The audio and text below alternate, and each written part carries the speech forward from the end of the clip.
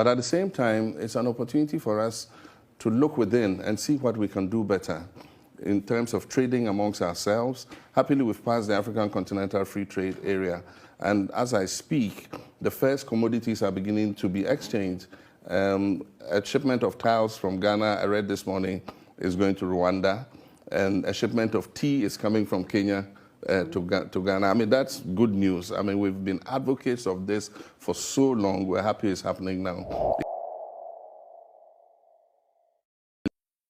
Mr. John Dramani Mahama, former president of Ghana and the leader of the opposition National Democratic Congress, welcome to the Voice of America. Welcome to Washington. Thank you, Heidi. Thanks for having me. Mr. Mahama, we'll start out with what brings you to Washington, what brings you to the United States? I'll make a quick correction first. I'm former president, and the leader of our party is the chairman of the party. What happens is when we are in opposition, the leadership reverts to the chairman of the party. So I came at the invitation of Liberty University, so I just flew in from Lynchburg, where the university is.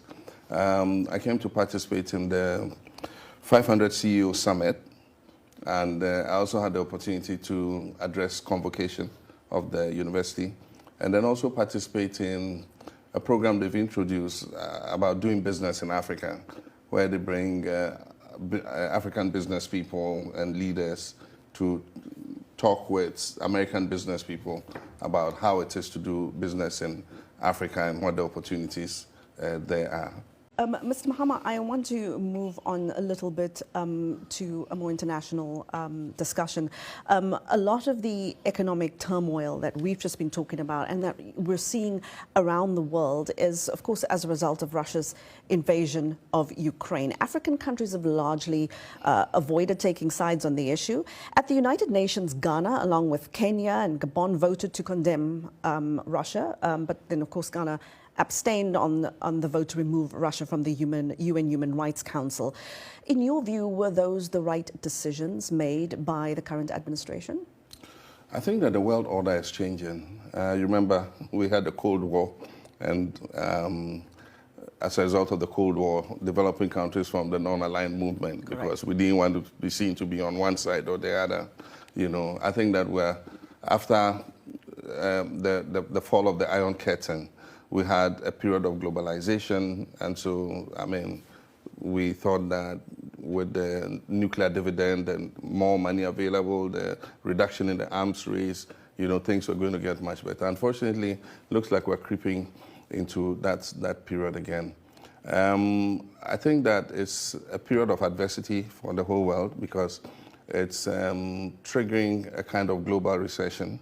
As a result of the tensions that have been created. But at the same time, it must create some opportunities for Africa. China and Russia and I don't know which other countries appear to be on one side, and then the whole Western world is also on the other side. Already in Africa, if we need funding for infrastructure, big infrastructure projects, the place to go is China and the East. Normally, the Western countries would invest in the social sector, in education, in healthcare, and things like that, but not big infrastructural projects. I'll make an exception for the Millennium Compact, which President Bush introduced and which Ghana has benefited from twice. But normally, if you want to do a bridge or a road or a railway or something, often you'll go to the East. At the last G7, the Western countries talked about a $600 billion fund to assist Africa and other developing countries in terms of infrastructure. I know that the United States has put up the DFC, I think it's the DFC, and they've committed about $100 billion to assist countries in critical, infrastructural projects. So it's an opportunity for us to benefit, in terms of improving our infrastructure. But at the same time, it's an opportunity for us to look within and see what we can do better in terms of trading amongst ourselves. Happily, we've passed the African Continental Free Trade Area. And as I speak, the first commodities are beginning to be exchanged.